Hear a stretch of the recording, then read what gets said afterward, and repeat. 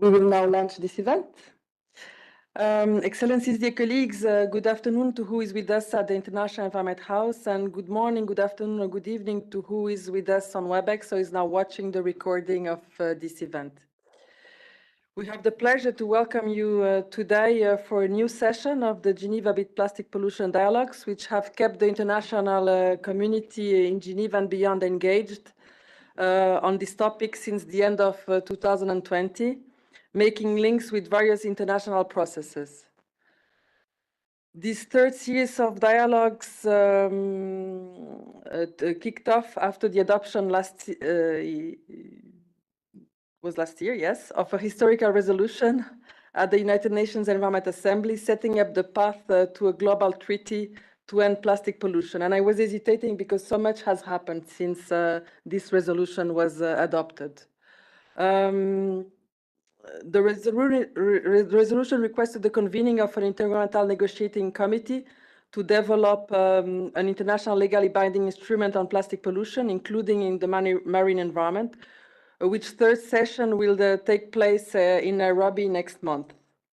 Let me just remind everyone before we formally start that the Geneva Environment Network, the Geneva Beat Plastic Pollution Dialogues are organized by the Geneva Environment Network in collaboration with the Basel, Rotterdam, and Stockholm Convention Secretariat, the Center for International Environmental Law, the Global Governance Center at the Graduate Institute, IUCN, Norway, Switzerland, the Forum on Trade, Environment, and the SDGs, and the University of Geneva.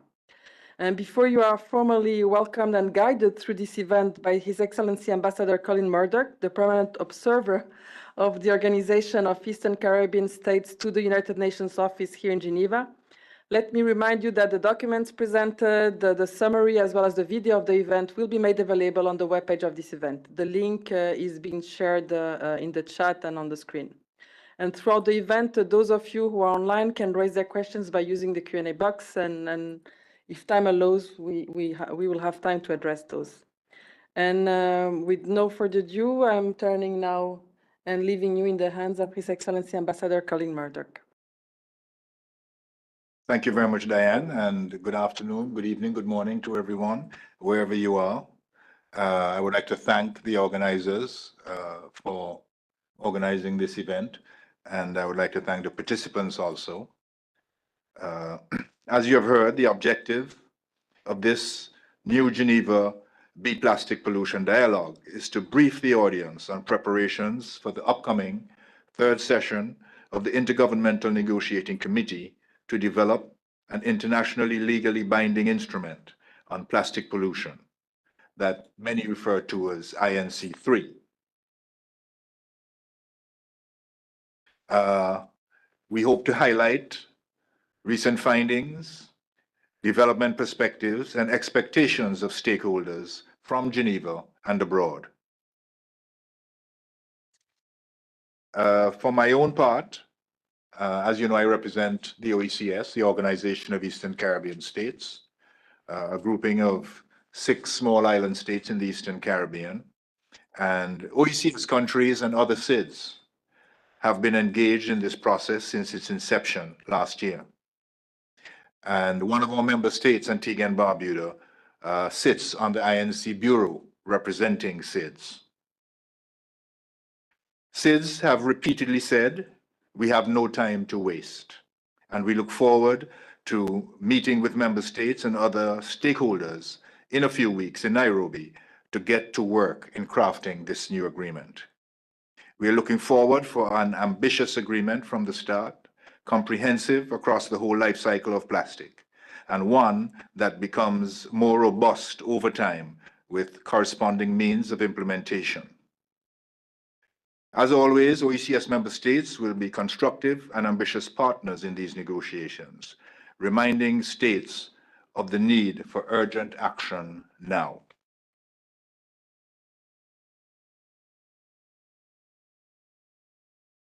We have our opening remarks by His Excellency Gustavo Meza Quadra, the chair of the INC-3, to develop an internationally binding instrument on plastic pollution, and he's joining us online from Washington, D.C., where he is currently Peru's ambassador to the United States. So I would like to thank Ambassador Quadra, and I would like to offer him the floor. Ambassador Meza Quadra, you have the floor.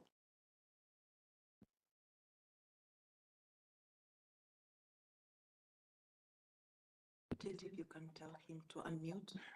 Ambassador, I think you're muted, and I think you should unmute, please. Yes, we can hear you now. Thank you. Thank you very much, Ambassador Murdoch.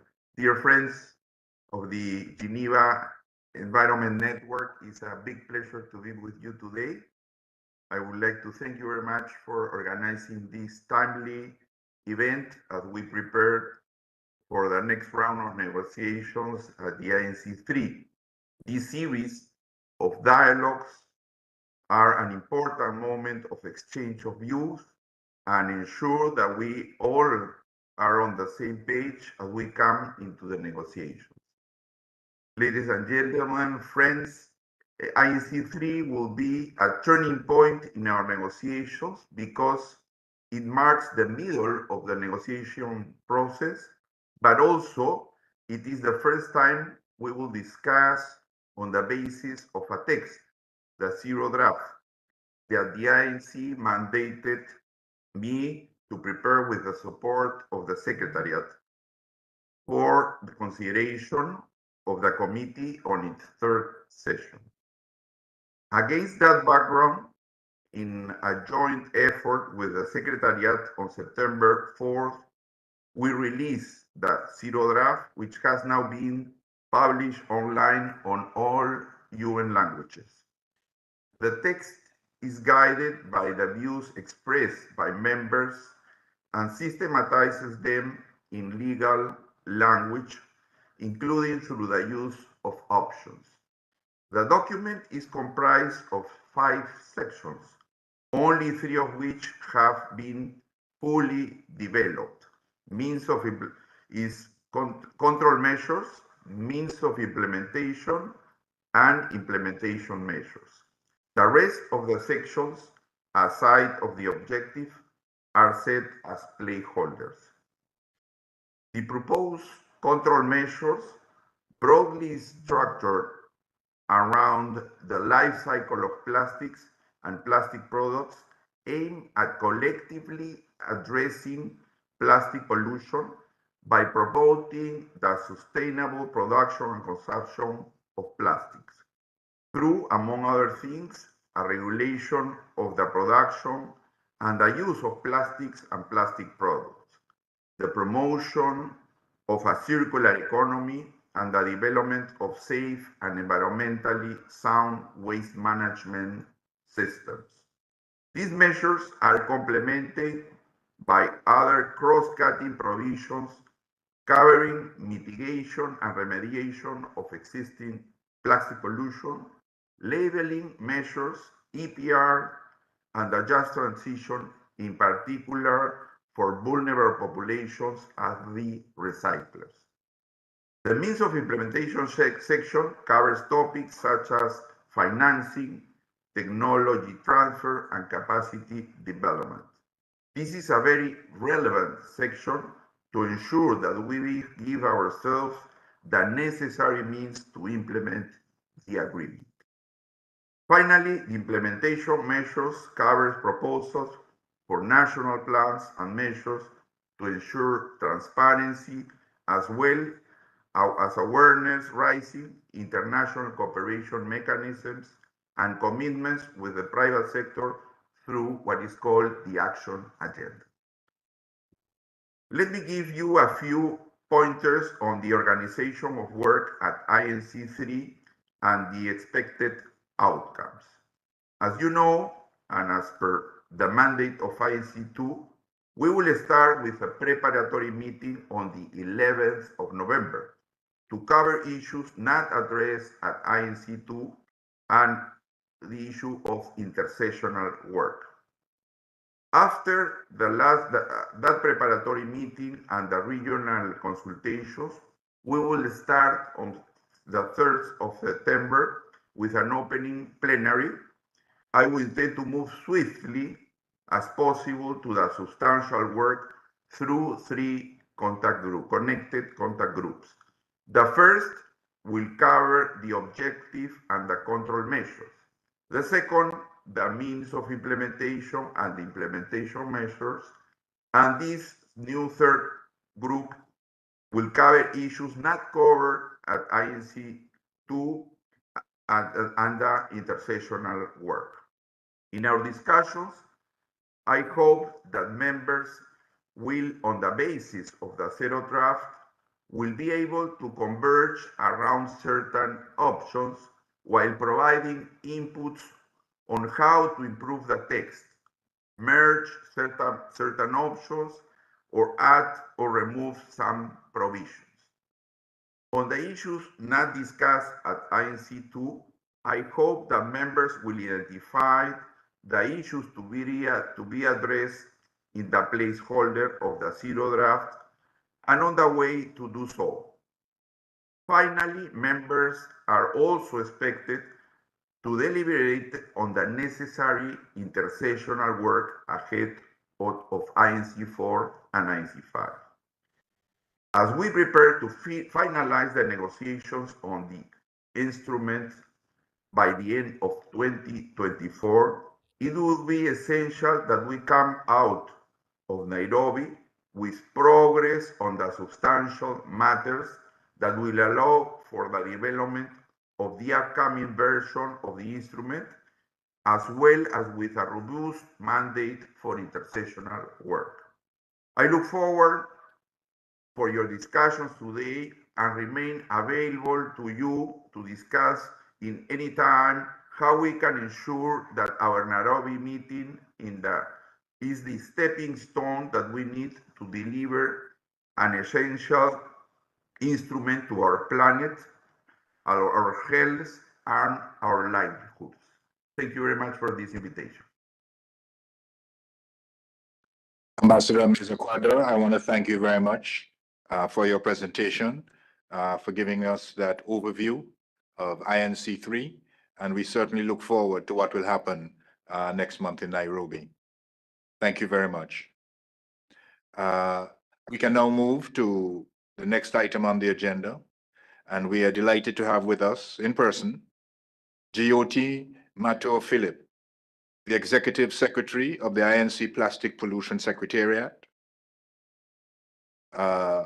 Negotiating Committee to develop an internationally legally binding instrument on plastic pollution, who will update us on the preparations for INC-3.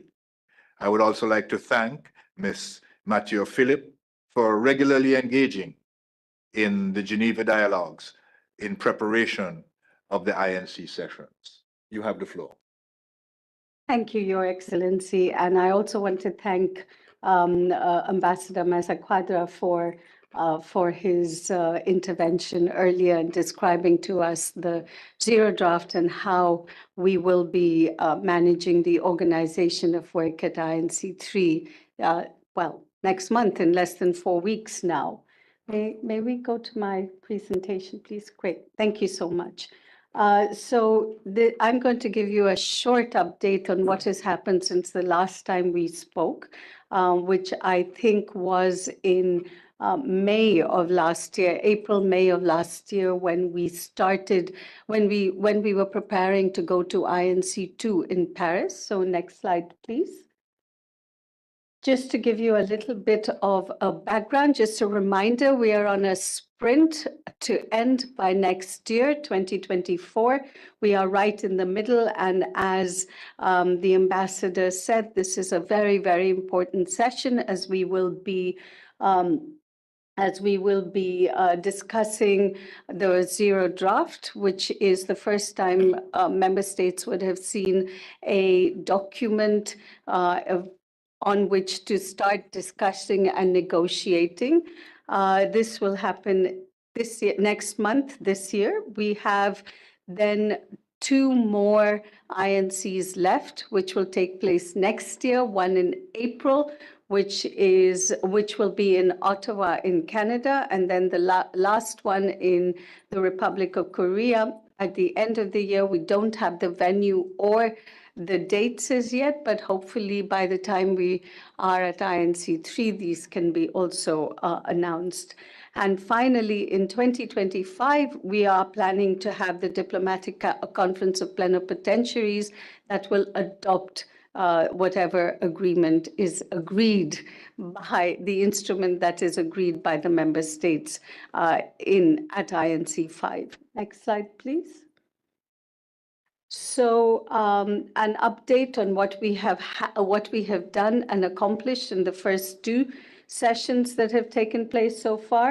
At the first session of the INC, which took place in Uruguay in December of 2022, we elected a chair, and we also received a mandate from the committee to develop an options paper, which is available online for you to, and we invite you to look at it if you haven't already. At the second session of the INC, we completed the election of the bureau. So now we have a complete bureau, and this took place in France in May of this year. And the starting point for discussions at this meeting was the options paper, and the mandate we received from the session, from the committee, was for the chair, with the support of the Secretariat, to develop a zero draft of the international legally binding instrument. This is now online, as the chair told us, and it is available in all 6 languages of the UN. So now we are going to the third session of the Intergovernmental Negotiating Committee, which, as we said, will take place in November this year, in 4 weeks. It's the nervousness creeping in about the meeting. And so the session is being preceded by regional consultations that will take place on 12th of November. And as decided by the committee, on 11th of November, there will be a preparatory meeting which will take place. And then as of 11th November, we have over 2,000 delegates registered, 644 from 151 members of the committee, and 921 participants from 385 observers. We are still getting a few registrations from member states, so I think this number will just go upwards. The registration for INC closed on 6th of October. Member states are still sending in their some of them are sending in their delegations soon. And as you know, the Secretariat is also funding 2 delegates per eligible country and 20 observers from NGOs.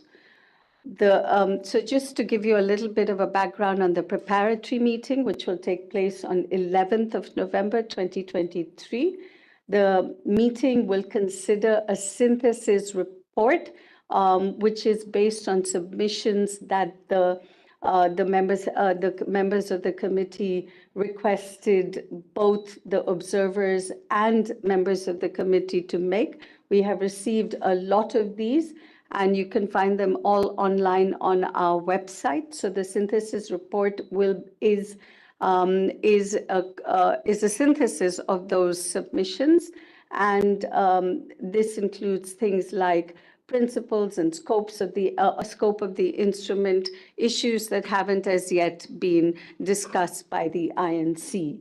And so we are in the midst of preparing this synthesis report. We expect it will be up in English, an advanced English version, 2 weeks ahead of the 11th of November, as requested by our Bureau. And we are doing a courtesy translation since it's an information document. And this, unfortunately, the courtesy translations will be available only a few days ahead of the 11th of November. But we are working very hard to see how we can get this done as quickly as possible. So after so a little bit about how the preparatory day will be run. This is a question we are being asked over and over again. So after opening the meeting, the chair will invite co-facilitators to verbally present a summary of the discussions. How will the work of the preparatory meeting go into the INC-3?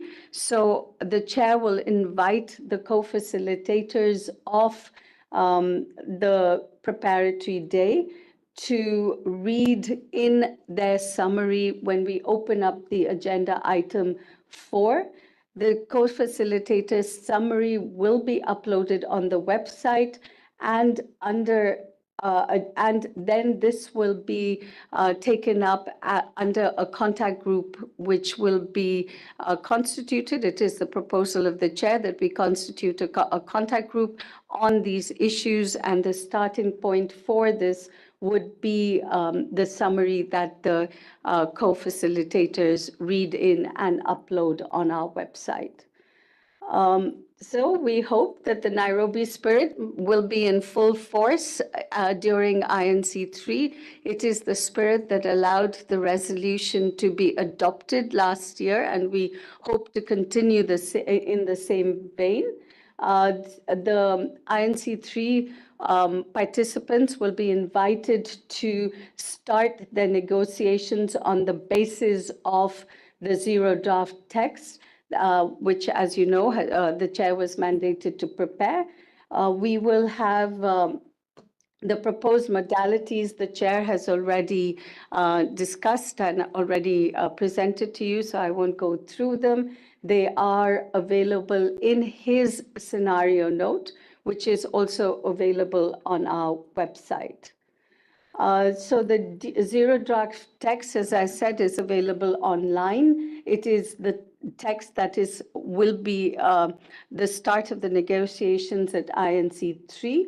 The zero draft text is guided by views expressed by members at the first and second session of the INC, and the text aims to facilitate and support the work of the INC to reach an agreement by the end of next year.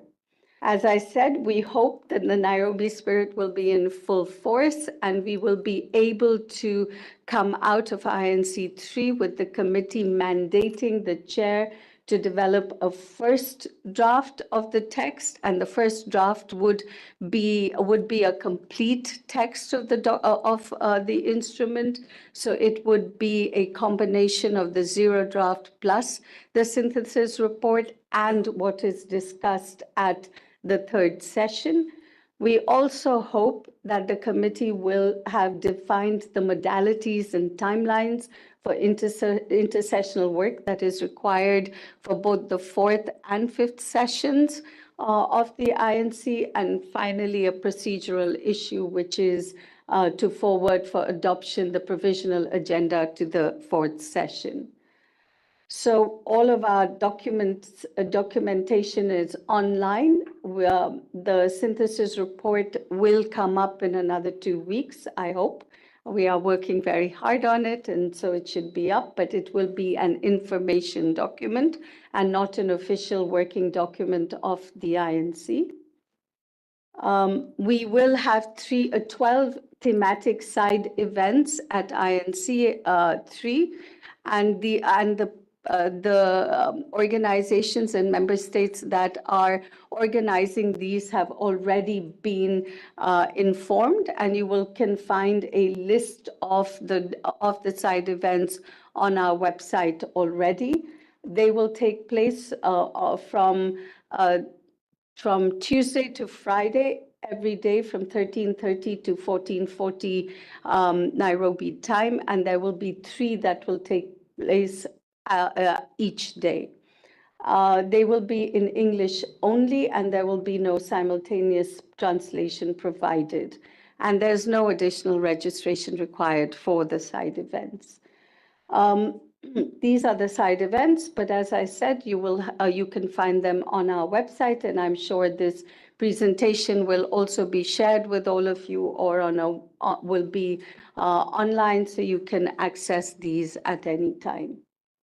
We are in the middle of doing in-person regional consultations. The one for Asia Pacific happened last week, and in Sri Lanka, Colombo. Next week, we have 2 of them coming up, one for GRULAC, which will be in the Dominican Republic, and the second one will be for Africa, which will take place in Uganda. For the EEG countries, there will be one on 27th of October here in Geneva. And the main objective of the consultations is to make sure that member states consult and talk with each other on how to advance their work on the 3rd session of the INC. We are also in the middle of, well, we only have one thematic webinar left. With the chair, we have co-hosted 8 webinars, which started on 22nd of August, and the last one is on 17th of October. I invite you to join that webinar, as well as all the recordings are available online. So if it interests you, you may go to our website and download and see these recordings. And with that, I say thank you, and I am available for any questions. Thank you very much. And I would like to say thank you to GOT Matthew Philip for that very interesting update on where we are with INC-3.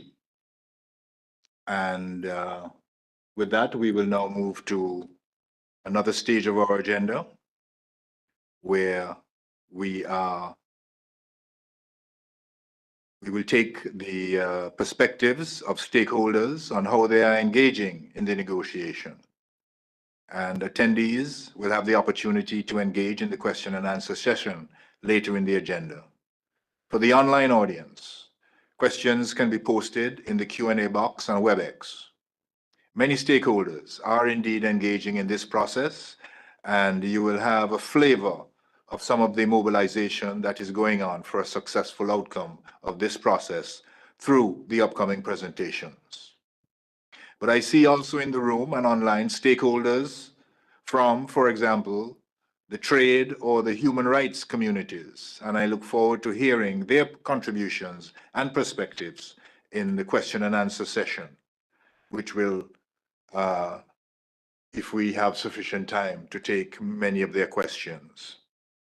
Now I would like to introduce Jacqueline Alvarez, the head of the Chemicals and Health Branch of the United Nations Environment Program, who will present the new global framework on chemicals for a planet free of harm from chemicals and waste, recently adopted in Bonn. With the adoption of this global framework, chemicals, waste, and pollution are recognized at the same level as the crises of climate change and nature and biodiversity loss, which already have frameworks in place. So, Jacqueline Alvarez, you have the floor.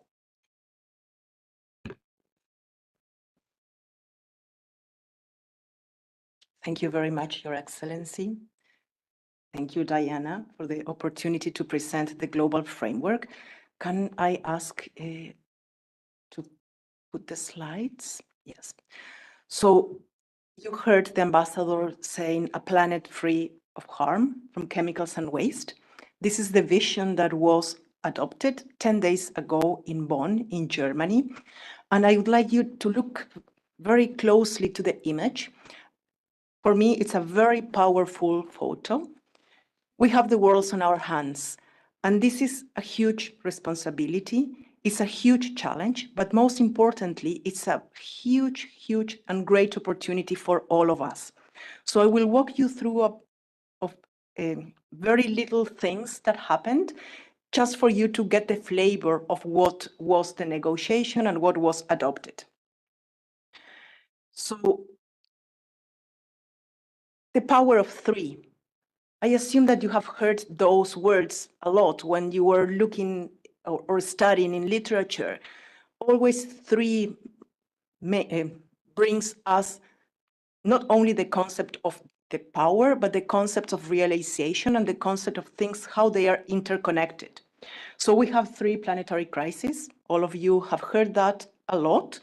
We know which ones they are. It's climate, it's biodiversity loss, and we have the third pillar, which is called chemicals and pollution, also including waste. We have now three global frameworks that really can tell the story about how to answer questions and how the international community can address them. We will have very soon 3 science policy panels, one for each of them as well, again, the number 3. And 10 days ago, we made history with also 3 big elements that were adopted: the global framework, a bond declaration, and a chemicals fund. The bond declaration shows the high ambition and the importance of this agenda in the context of the 21st century. So it's recognizing many things, recognizing loss, for example, of GDP that relates to pollution that goes up to the 10%, sometimes in many countries goes much, much higher. And that talks about our social well-being, it talks about human rights, but it also talks about our development and the Sustainable Development Agenda. A unique framework. You might have heard many, many times that SAICM, which is the predecessor of this new framework, is multi-sectoral and multi-stakeholder, and it requires a huge engagement. The new framework still have that unique characteristic, and it was negotiated not only by governments, but also by the different stakeholders, NGOs, IGOs, private sector organization, academia. And I'm lacking here a very important picture, which is the youth. There was a youth forum and the youth made their own declaration, committing to a pollution-free planet, but also for them to really work towards the chemicals agenda.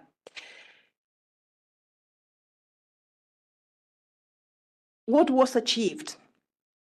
5 strategic objectives. You will see the headlines in this slide, and 28 targets.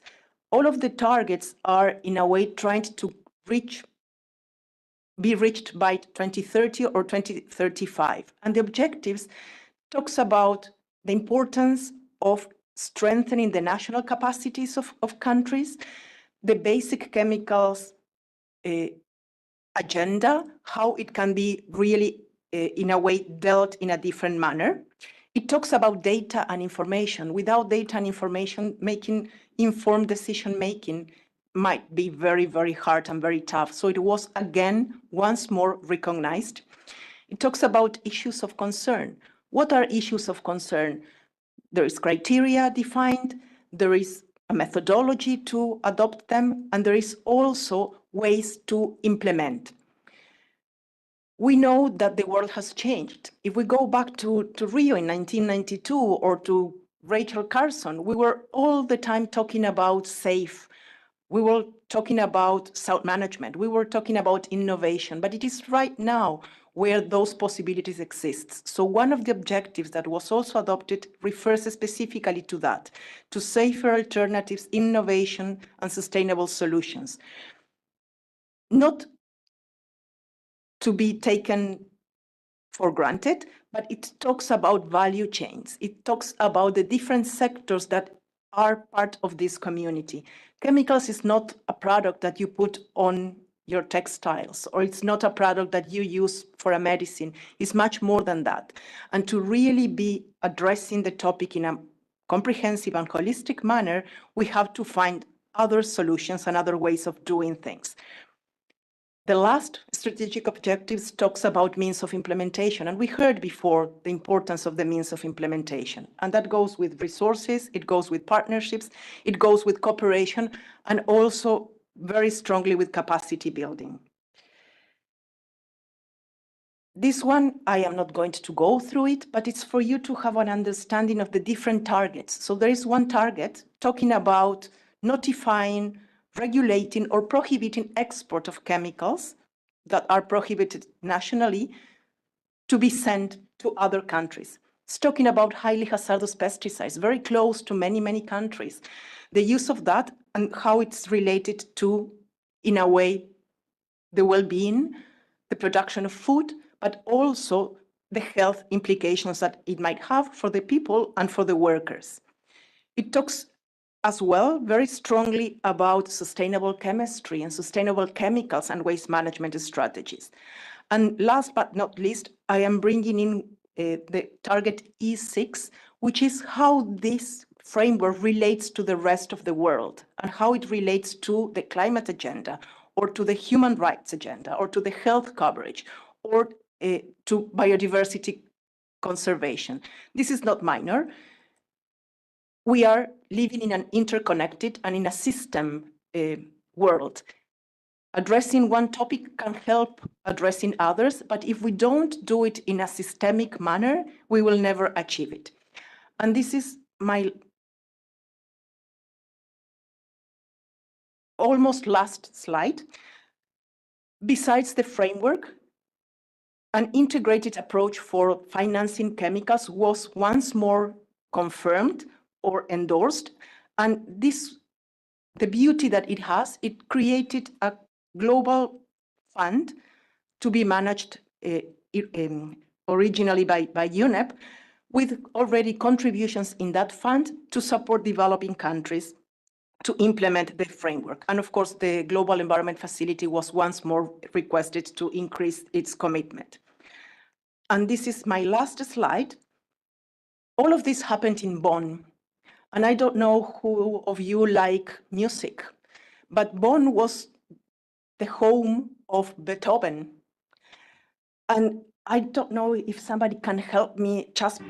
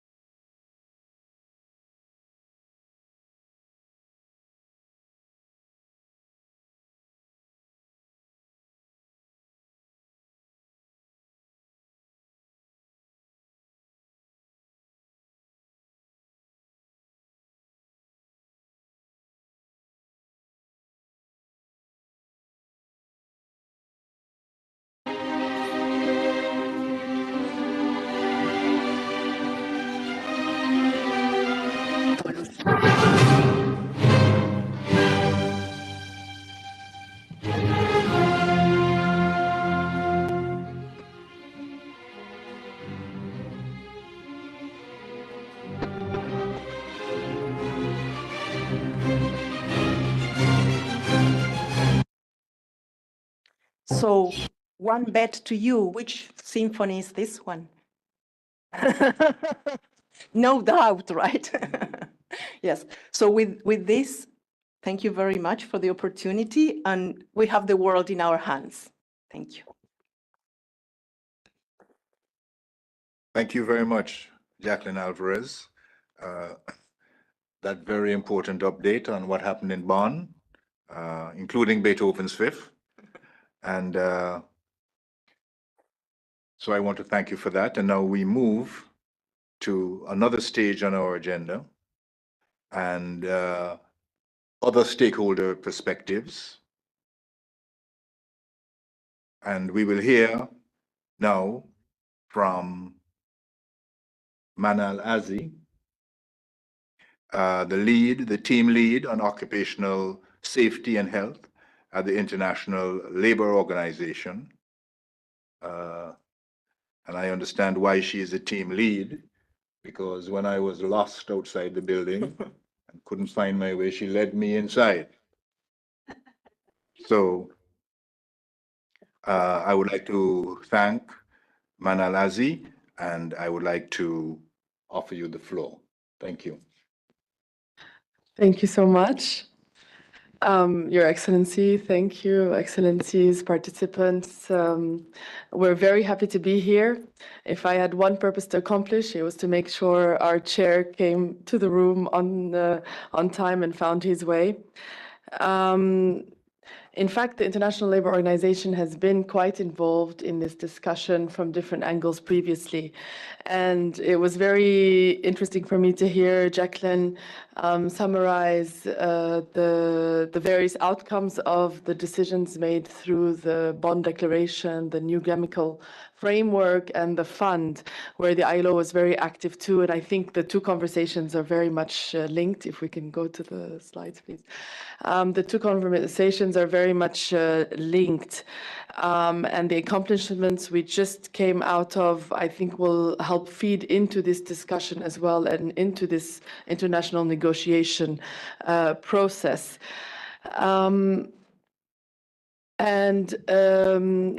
One thing that we worked on continuously throughout these years for the chemicals framework is also to ensure that there is not one single player to make this impact that we're wishing for. And we believe, obviously, that the world of work and labor is an important actor, and representatives of workers and the labor world in general, governments, ministries of labor, and today here in Geneva, focal points from missions on labor and to the ILO should be having a very important role in ensuring the advancing of the particular objectives of this particular framework as well. The plastics and the world of work, and as we started and the ILO had a chance to look at the zero draft, thank you for sharing that. And we have a few comments and suggestions, obviously, moving forward. We believe, as you can see, chemicals is a big part of plastics. It's what plastics are, and in most parts they are hazardous. We also believe that workers are exposed to these hazardous chemicals in plastics throughout their life cycle. We've also seen that this can be linked with our health outcomes such as cancers, birth defects, impairments in the immune, endocrine, and reproductive systems. I think it's important to frame the scope of the problem and who it actually affects, so that our new treaty targets and provides the protections that are necessary to protect the most exposed people.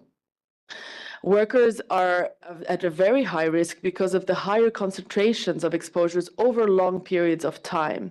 And we also know that the diagnosis of the health outcomes can take a number of years to have the onset and to be able to distinguish them. And sometimes they're not covered by the global burden of disease and measures. We also know that workers are spread across various industries, and they are exposed to plastics in their everyday and throughout the life cycle. During the extraction of actually fossil fuels, the production of plastics, whether they're material or product, and disposal. So during the recycling, during the incineration, workers are there. They're being exposed to everything that's coming out of the plastics. And the worst part of this are the working conditions. And most of the time, the workers that are working in these highly hazardous sectors are in the informal economy and have little to no protection whatsoever. I'd like to make an important point concerning chemical additives. We know that plastics don't exist without the additives that make them perform what we need them to be more efficient to do. So for many workers, the exposure is actually due to these chemical additives during the entire lifespan of the plastic product, from the manufacturing to the disposal. So I list here a few that many of you already know, including phthalates, bisphenol, lead, and many others that are very present in the plastics that we use.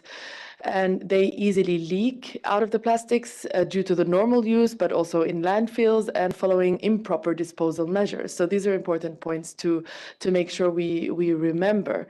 So hazardous chemical additives have been associated with serious health concerns. Again, we see cancers, immune reproductive systems, damage, and impaired intellectual functions and development delays. And despite some international existing regulations, these dangerous additives are still being used in plastics. So I think it's important to stress this point.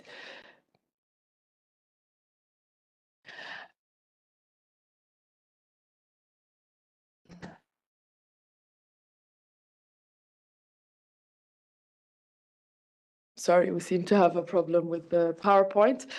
And the next point I was going to make is really about choosing one particular sector, which is the workers' exposure during waste picking. And this is another moment where we find that there's challenging physical conditions subject to health hazards and minimal job protections in waste picking. So that is an occupational activity that I think we need to highlight. It's estimated worldwide that waste pickers collect 58% of plastics, thus contributing significantly to supplying the value chain and avoiding plastic pollution. So they're exposed to these serious health risks. In order to make plastics more the whole recycling aspect better for the environment, but they're in this process also being exposed to health risks. So through waste collection to transportation, when they're sorting the plastics, when they're washing the plastics, heating and melting of plastics, which then generates fumes. Open burning of plastics threatens particularly waste pickers through the inhalation of this contaminated air and direct contact with contaminated soil and water, or via ingestion of contaminated food.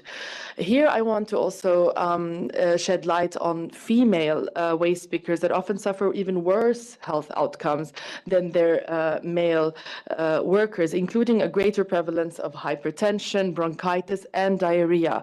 And we've also noticed that there is a negative reproductive health effect from exposure to endocrine disrupting chemicals. And we have a lot of research around this. The recent ILO Global Overview on various chemicals and exposures of workers sheds light on these particular exposures and relations with certain health outcomes.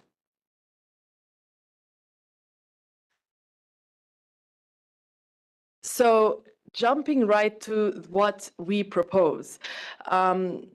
Obviously, today we have a zero draft, but it's going really quickly into a final draft in the next year. And I think we need to put out there the main priorities that we would like to see from the world of work perspective. This needs to be an integrated approach where chemicals in plastics may bring new risks to the safety and health of workers that need to be taken into consideration. The treaty may wish to highlight priority actions to protect workers from these chemical exposures and can actually call effectively for the implementation, both at the national policy and workplace levels, with a strong foundation of social dialogue.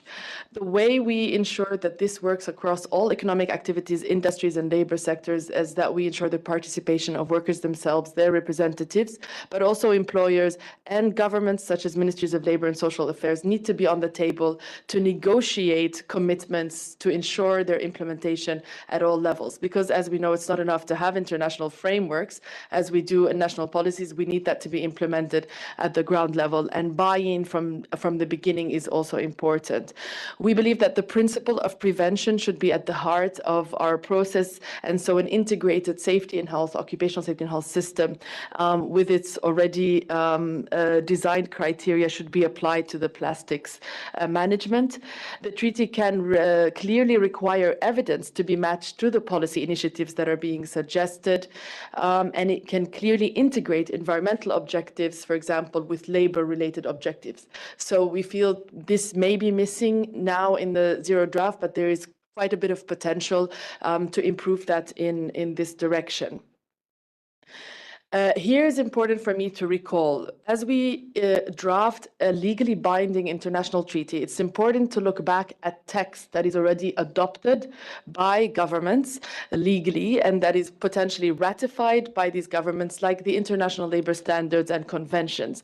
Here I list a few that are directly useful for the discussion around plastics, and particularly, for example, the prevention of major industrial hazards, but also the Chemical Convention and a number of basic safety and health conventions that already have legal requirements and provisions that call for protections and control measures, prevention measures, risk assessment measures that can be applied to plastic production and waste management across the life cycle.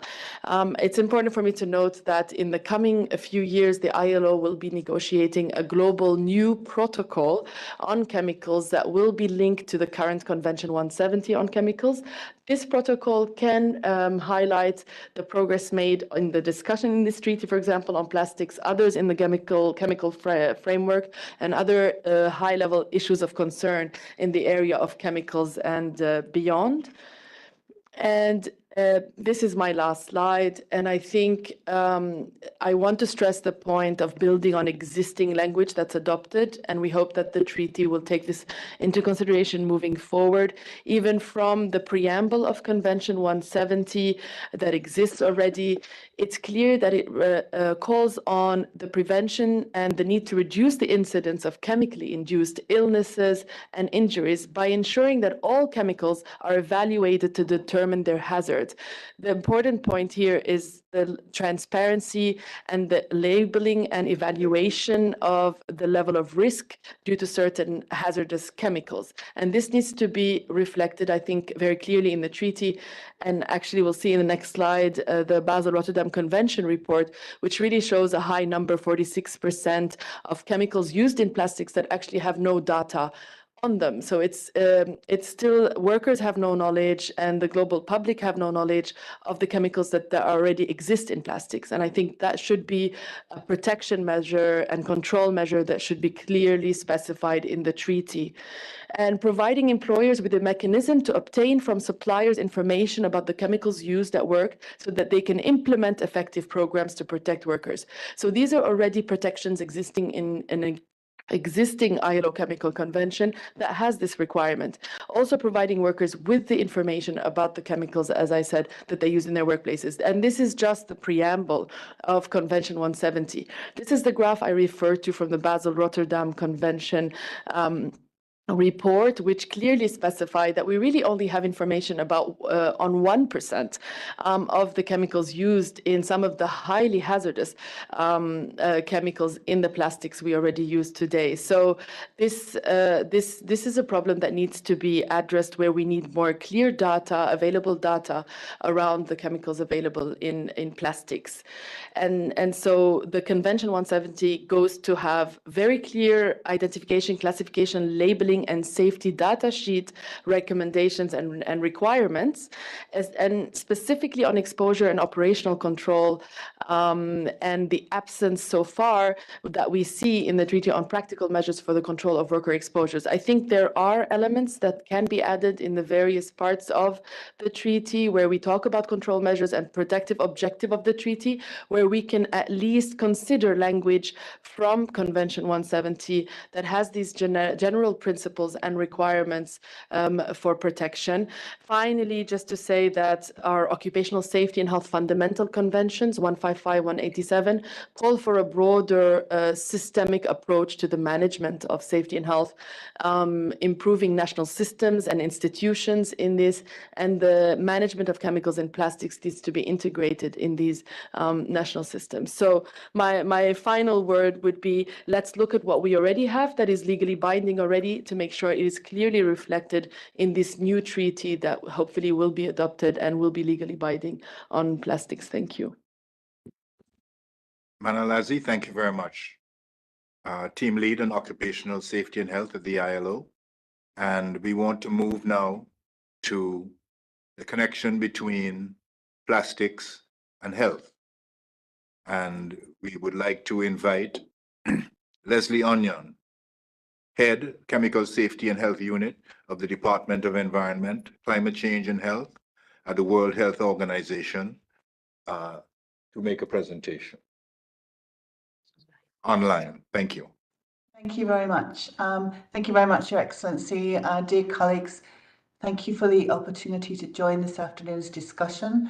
It is a very busy time indeed. We've had several webinars this week, from the Minamata Convention on Science Quality Dialogue, on Plastics Treaty.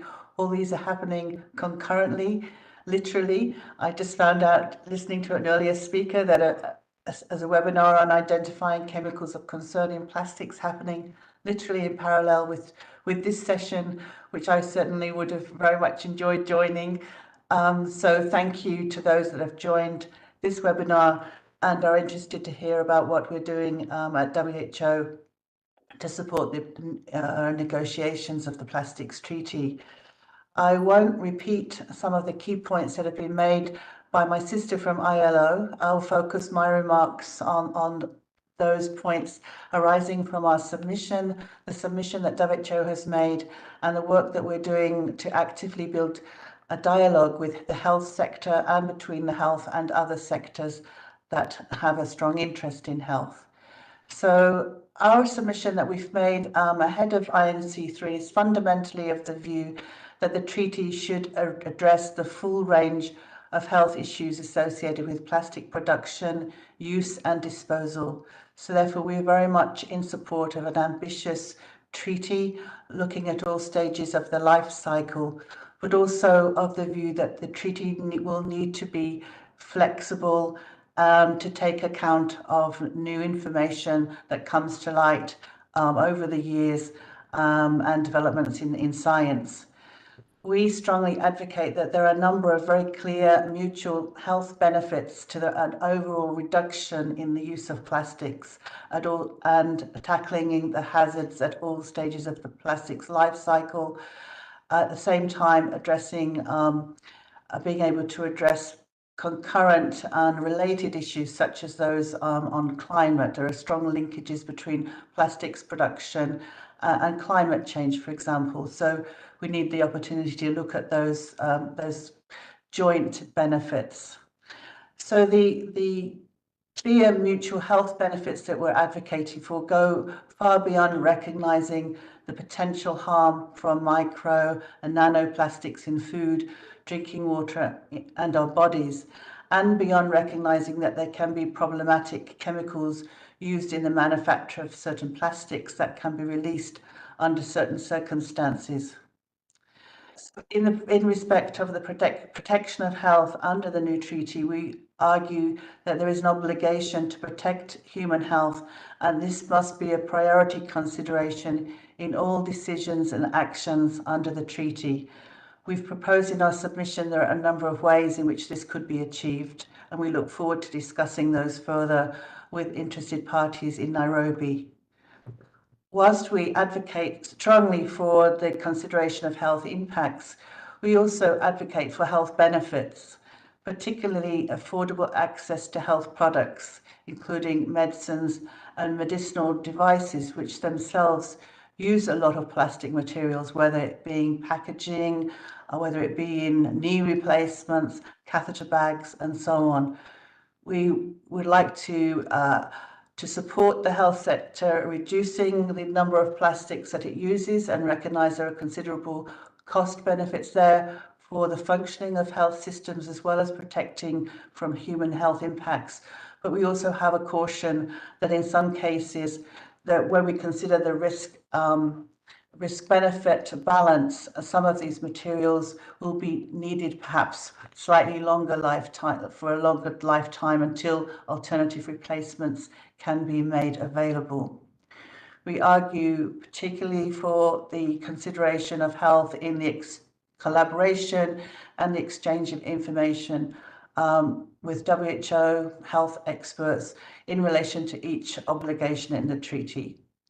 Finally, we submit the treaty obligations must take account of relevant ongoing WHO normative and standard setting processes and relevant decisions and resolutions of the WHO governing bodies to ensure that the treaty functions are coherent and not duplicative of ongoing work. Finally, as we approach INC-3, we've been very encouraged by the growing interest in the Plastics Treaty by Ministries of Health. And this is it's notable that in the resolution in the May 2023 World Health Assembly, this resolution called for a strong engagement by Ministries of Health in the treaty negotiation process. So that's something that we're looking how we can support and encourage that. We've also been very much encouraged by the participation in our recently launched WHO Plastics and Health Dialogue series, where we had a very strong participation with more than 200 online participants in our first dialogue held the 18th of September. We are just announced 3 upcoming sessions, one on the health impacts of plastics, another on One Health and the health of Indigenous peoples and plastics, and the other on plastics in healthcare.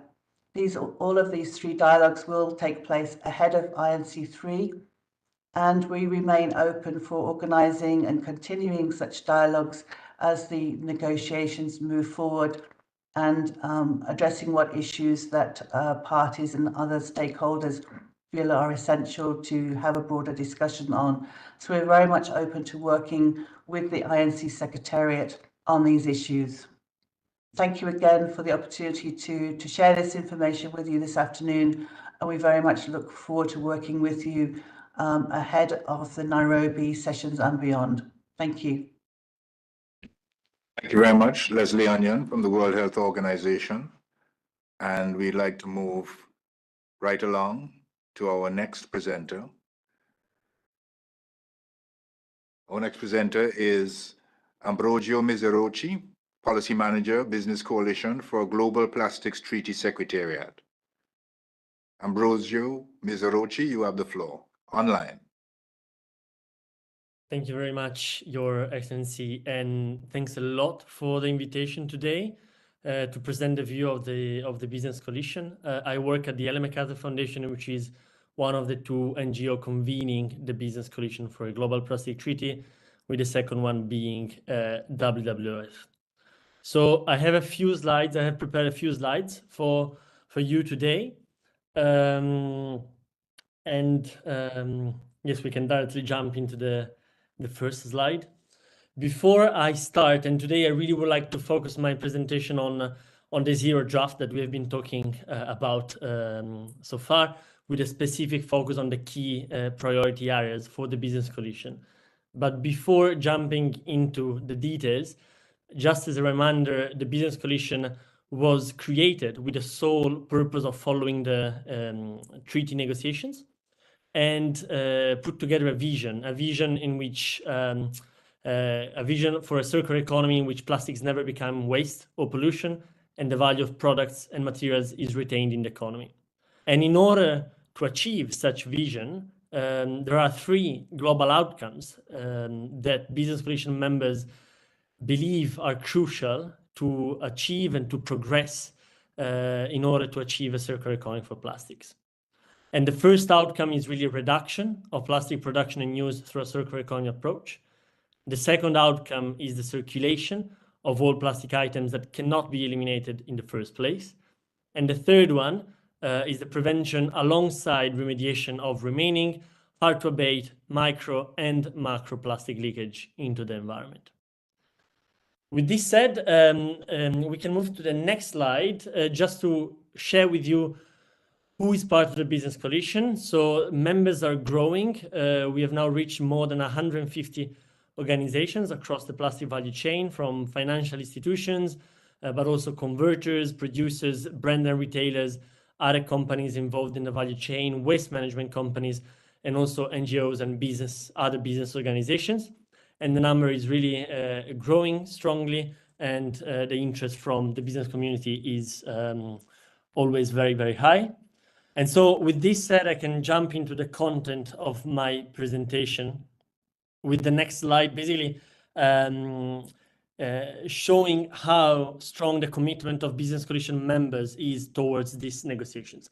And that demonstrates how relevant the treaty is for the business community.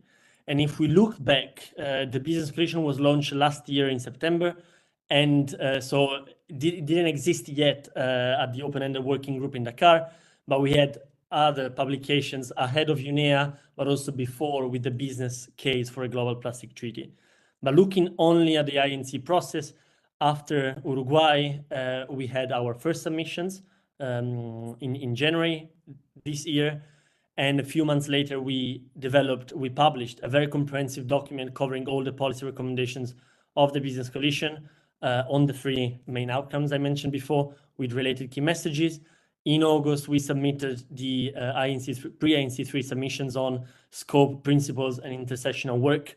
And now, of course, the focus is on the zero draft assessment that was published 1 month ago in the English version. And we are currently in the process of completing the detailed assessment, so the comprehensive assessment, We had a first high-level assessment, and we are finalizing the comprehensive one. And in parallel, we are also working on some policy topical briefing papers to be used to support negotiators in the negotiation process. And of course, we can expect more work to come. So looking at the zero draft, like a few remarks on the zero draft, I would really, we can move to the next slide, please. Business coalition members really would like to thank the INC chair and the Secretariat for developing such comprehensive document in a very short amount of time. And so business coalition members welcome the zero draft. Of course, looking at the details, it's worth noting that mostly all policy recommendations and the 3 global outcomes of the business coalition are reflected in the zero draft. And that means that the existing options and provisions could potentially support progress towards this outcome. However, of course, there is still work to be done. As we all know, we have more than 1 year to go.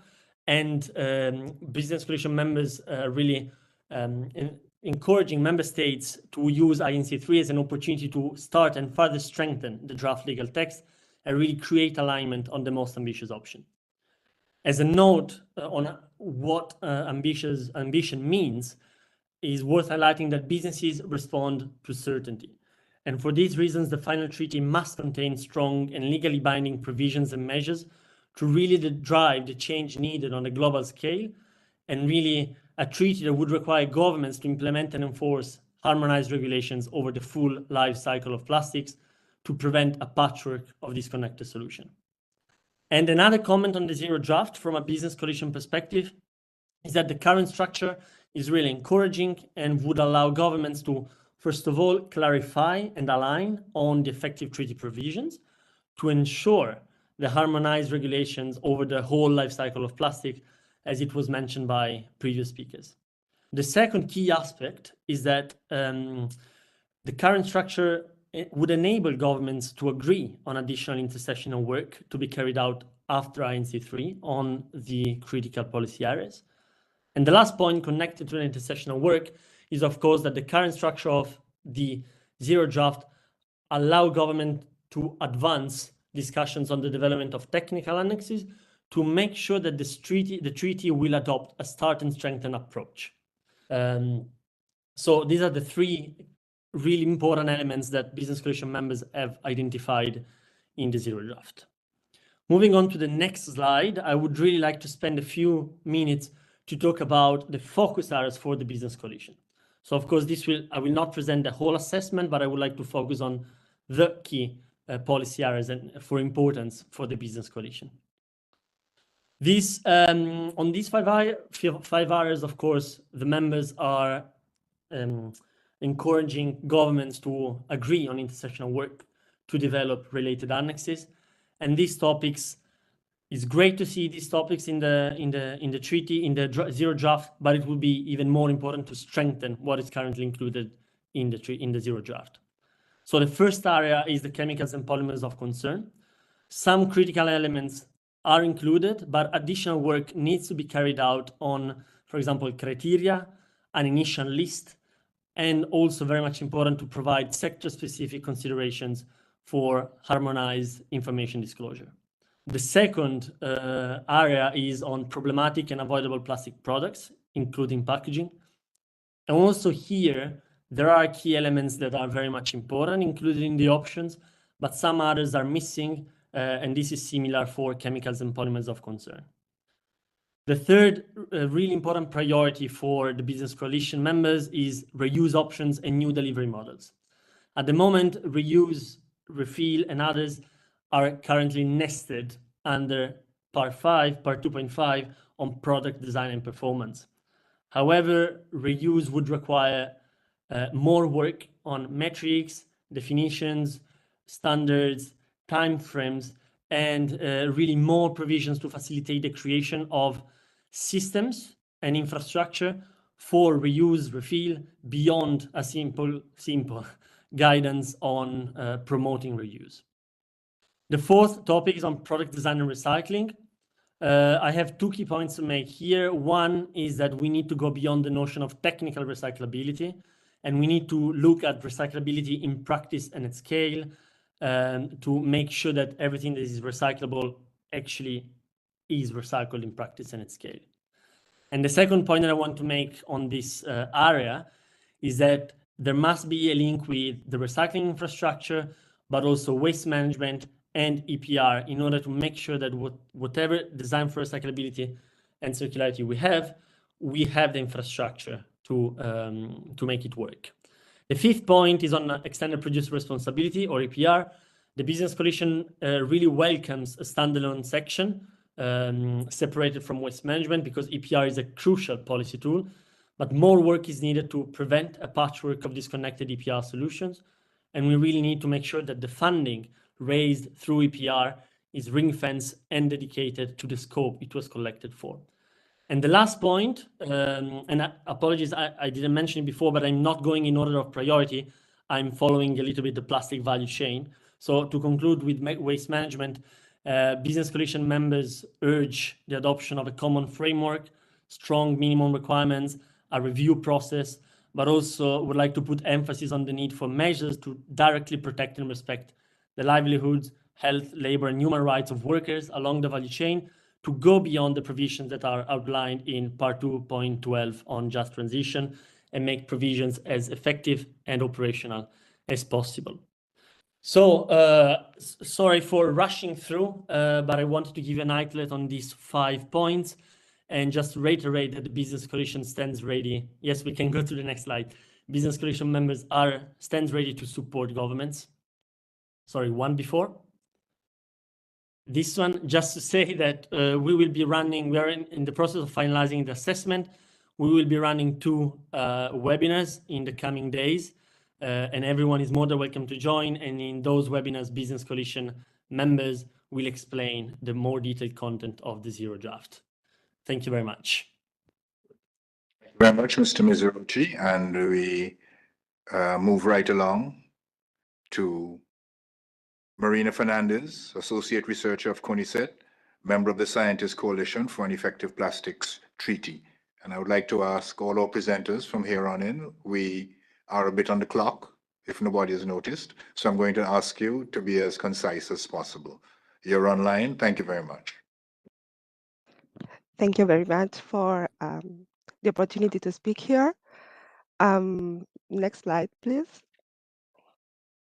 So I'm part of the Science Coalition for an Effective Plastics Treaty, and also part of the Endocrine Society's delegation to the INC. And to present the Science Coalition, our goal is to achieve an effective global plastics treaty centered around evidence-based decision-making based on the best available science. We are currently around 2,090 members, representing about 50 countries. We are an international network of scientists from different countries, as I said, and different disciplines across the plastics life cycle, and we have a robust conflict of interest policy. Next slide, please. We developed a couple of submissions for INC-3. In the submission for intersessional work, we advocate for an assessment criteria of polymers, chemicals associated in plastics, and technologies that have this criteria of transparency, safety, sustainability, and essentiality. And about the dedicated science policy interface and the future instrument, we advocate for credibility, also a robust conflict of interest policy, legitimacy, broad participation and ownership, salience, and agility. And we are currently doing a systematic approach to analyze the Zero Draft, and our report will be ready soon. So stay tuned for our assessment of the Zero Draft that is being finalized in these few days. Next slide, please. We are organized in working groups. The Science Coalition is organized in working groups. We have 6 working groups that dedicate themselves to different aspects of the plastics life cycle. one working group working on upstream measure and impacts of plastics, another working group on circular economy, the third working group dedicated to polymers, chemicals, and products of concern, waste management, indigenous and traditional knowledge. And also, we also have a World Trade Organization dialogue on plastic pollution. And we already have some policy briefs published that are available on our website. We have one on role of chemicals and polymers of concern, climate change, impacts of plastics, circular economy, and bio-based plastics and biodegradable plastics. And we are currently, apart from the zero draft analysis, having other policy briefs underway that are going to be ready in time for INC-3. Next slide, please. So this is what I wanted to tell you about. I wanted to thank you for having us here. Find us at INC-3. We are here to support the negotiations. We are here to support the delegates. And I'm sure each of you have members of the coalition in your countries. So find us and we'll try to find you too. Thank you so much. Thank you so much, Marina Fernandez. And our next speaker is Esther Johanna of the Children and Youth Major Group to UNEP. You have the floor. Thank you so much for Excellency and for the Excellency of the UNEP for inviting me. My name is Esther Johanna. I'm from Indonesia. I'm speaking on behalf of the Children and Youth Major Group to the United Nations Environment Program. With the successful completion and engagement of children and youth to make the submission of INC-3. I am happy to present the following input to the Secretariat for the INC on plastic pollution.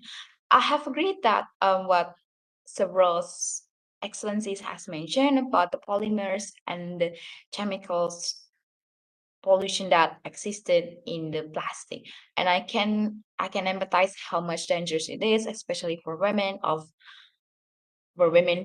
women who pick that sort of things, women pick plastic pickers, and that can be harmful for their bodies. I can understand that, and we discussed it in our submission too, in INC submission too. So the submission for the INC-3 template was created in accordance with the requested documentation. The Secretariat of the INC on plastic pollution requested 2 documents. So first, the documents to discuss the principle and scope of the instrument that wasn't discussed in the INC-2. We believe that as the Children and Youth Major Group to the INUP, that the future instrument that has been clearly outlined in UNEA Resolution 514, and that the member states should effectively expand on this resolution's scope by defining and differentiating roles and subsidiary bodies to effectively monitor progress, ensure accountability, and address specific aspects of the instrument. Furthermore, there is need to prioritize evidence-based research and submission by the scientific panel and coalition, ensuring that the instrument is grounded in research and can coordinate effects within countries and stakeholders. In terms of dispute resolution, mechanisms should be in place to address disputes related to the rules of procedure and elements of the instrument, such as adopting standard procedure for amendments or considering arbitration. Finally, the inclusion of annexes that classify plastic based on various factors such as microplastic and polymers and is needed so that it could so it is needed, and an effective timeline for intersectional work and corresponding upstream solution could enhance the instrument's effectiveness, especially for the upcoming INC. We believe that the structural and procedural considerations are essential for a comprehensive and well-rounded approach to tackling plastic pollution. Additionally, We also advocate for financing mechanism, private finance, and leveraging existing funds, which are crucial for successful implementation. We also advocate that the Children and Youth Major Group to UNEP, that the scope of the instrument cover more areas of plastic pollution and include various types of plastic and other related substances, such as that has been discussed previously by the excellencies. And then there are more like impact of plastic pollution, innovation, system, plastic, anthropocentric approach, and environmental justice. The general principles like objectivity, interdisciplinary, interdisciplinarity, transparency and accessibility, flexibility, complementarity, comprehensiveness, capacity building, accountability, and multi-stakeholderism should be reflected in the legally binding instrument of the INC-3 document. In addition, we believe that the legally binding instrument must build on the following legal principles: human rights, a clean, healthy, and sustainable environment. Because we believe that, as the youth representatives of Children and Youth Major Group, that everyone deserves a clean environment, and therefore, I think this should be a guiding principle for us to continue for the next INC documents. And then there's also principle of good neighborliness and international cooperation. There are also extended responsibilities of producer and importance, common but differentiated responsibilities and respective capabilities, and there are preventive principle and polluters pay principles. Furthermore, we as the Children and Youth Major Group to UNEP believe that we and support compulsory plastic policies with the exception for essential uses. We recommend a gradual plastic reduction to balance economic development and environmental concerns. The second document is to discuss the potential areas of intersectional work INC-3 on plastic pollution. We, as the Children and Youth Major Group to INEP, I believe that my team and I discussed it, and we and the volunteers. We believe that to define terms within the scope of INC-3 and the upcoming INC documents is criteria and its proposed input in accordance with the INC-3 submitted documentation.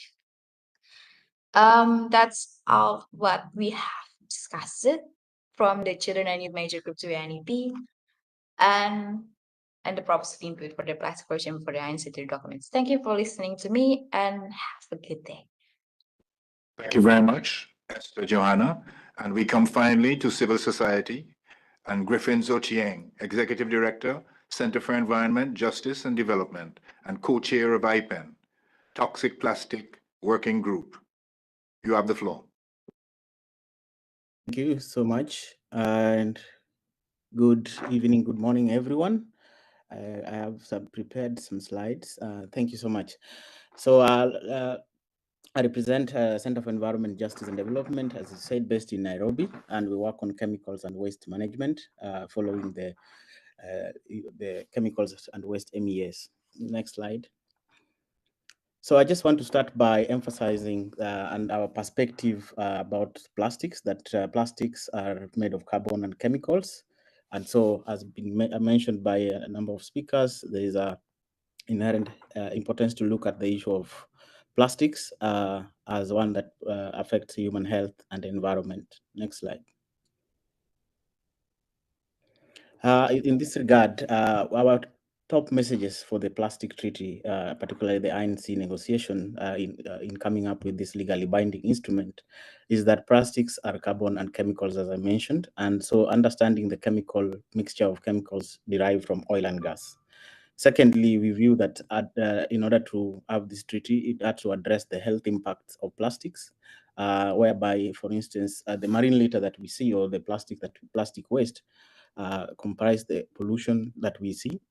And there's the invisible impact that is basically from chemical impacts of additives in plastics. We also recognize that the toxic chemicals make plastics incompatible with circular economy, but through reusing and recycling plastics that are made of hazardous chemicals, thus exposing people to harmful chemicals. And this has also been emphasized by the ILO presentation, especially on workers. The next slide. So in explaining that further, we've done studies, including in Kenya, where a project organization has done with the support from the BRS Secretariat, that has demonstrated the recycling of toxic chemicals in new products. And in this picture, we show a diagram showing how, for instance, in the production of plastic with additive of chemicals and their use, how we dispose these plastics results in exposing the populations to these toxic chemicals, either through recycling of chemical products in new product or chemicals in new products, through practices such as incineration, landfilling, among others. And we advocate for non-toxic circular plastic.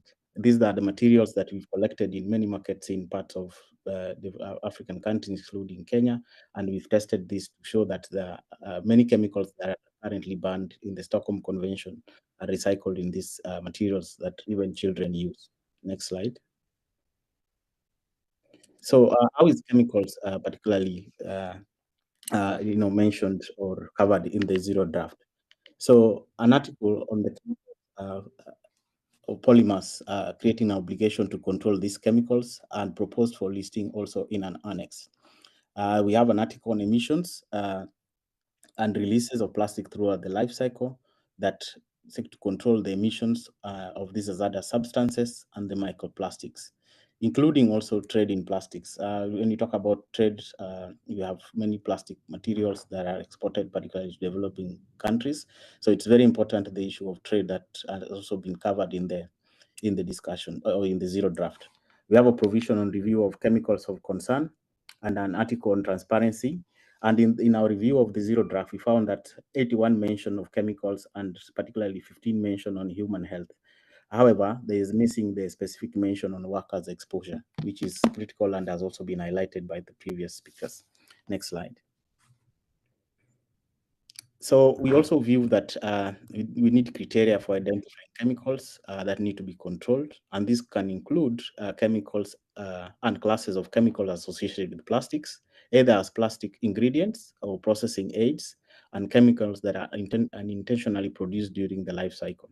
These include POPs, chemicals for which there is no available toxicity data, chemicals that increase barriers to circularity of plastics, and chemicals that there is evidence of known or potential adverse effects on human health or to the environment. This could include endocrine disrupting chemicals, and we have done a study or a report that talks about the troubling toxics in order to eliminate the harmful plastic chemicals throughout the plastic treaty. Next slide. Examples of criteria of chemical groups that we fit this criteria are many, and we've listed some of these in our view. These are chlorinated paraffins, alkanols, perfluorinated substances, bisphenols, brominated flame retardants, among others. Next slide. We also are talking about chemicals. One of the key important elements, and also of course covered in the zero draft, is transparency. It's very important for traceability for chemicals and polymers in individual materials produced possibly with a transparency standard and a tagging system. As we view that one of the annexes in terms of listing the criteria, the issue of harmonized transparency will be very critical, and we've done this diagram that shows how we view the traceability of chemicals across the value chain of plastics. Next slide. Our expectations as we come to the INC is a focus on guiding principles, including the precaution and polluter pays principle, organizing the international work to include criteria to select chemicals, compile an initial list of chemicals and group of chemicals to be annexed in the treaty, and financial commitments to fund the implementation of the treaty, as well as increasing the financial accountability of the plastic industry of the impacts of plastics. Next slide as I come to conclude. So we have a number of resources that can be, accessed. IPEN and organization have done a number of reports that are listed in the links that are provided that can give more information on this topic. Next slide, as I Thank you very much. And these are our contacts. You can reach us on these contacts. Thank you very much. Thank you very much, Griffin Zotieng. And colleagues, we have come to the end of our time, if not quite to the end of our session. And I think it might be appropriate to have a final word. And I would like to offer the floor to the chair of the INC to say a few words. He was with us at the opening, and perhaps he can say a few words at the close. Ambassador Gustavo Meza Quadra, if you are still online, sir, I invite you to take the floor and give a few sentences in wrapping up. Thank you.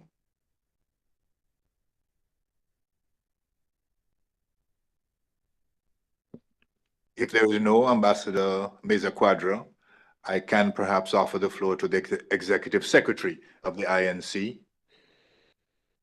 Would you care to? Sure.